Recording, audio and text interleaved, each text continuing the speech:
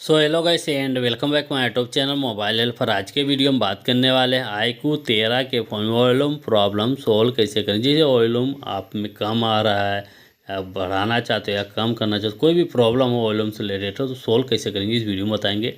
Setting को open करना तो आपके सामने ऐसा इंटरफेस शो होता है।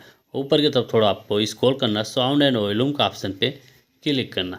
जैसे इस पर क्लिक करते हो तो यहाँ पे 4 प्रकार की वॉल्यूम देखने को मिलती है। अलार्म का, नोटिफिकेशन का, रिंगटोन का, कोई भी अलार्म लगाना क्लिक कर सकते हो। इसके बाद नीचे वाला ऑप्शन है, अगर इसको आप क्लिक कर देते हो तो यहाँ जैसे इसको ऑन करके यहाँ से वॉल्यूम बढ़ाते हो आवाज़ तो 150% बढ़ेगी आवाज़।